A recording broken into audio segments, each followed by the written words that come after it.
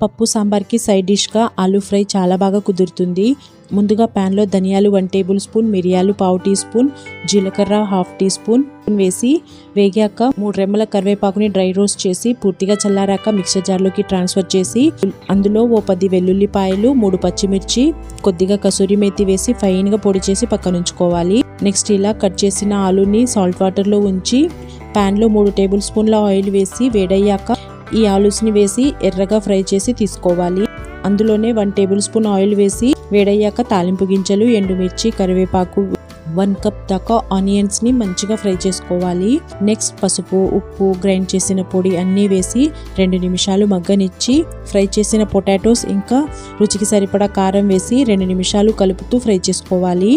ఉంటే కొత్తిమీర తరుగు చల్లి దింపేయడమే. మీలో ఎంతమందికి పప్పు సాంబార్కి సైడ్ డిష్గా ఆలూ ఫ్రై అంటే ఇష్టమో కామెంట్ చేయండి.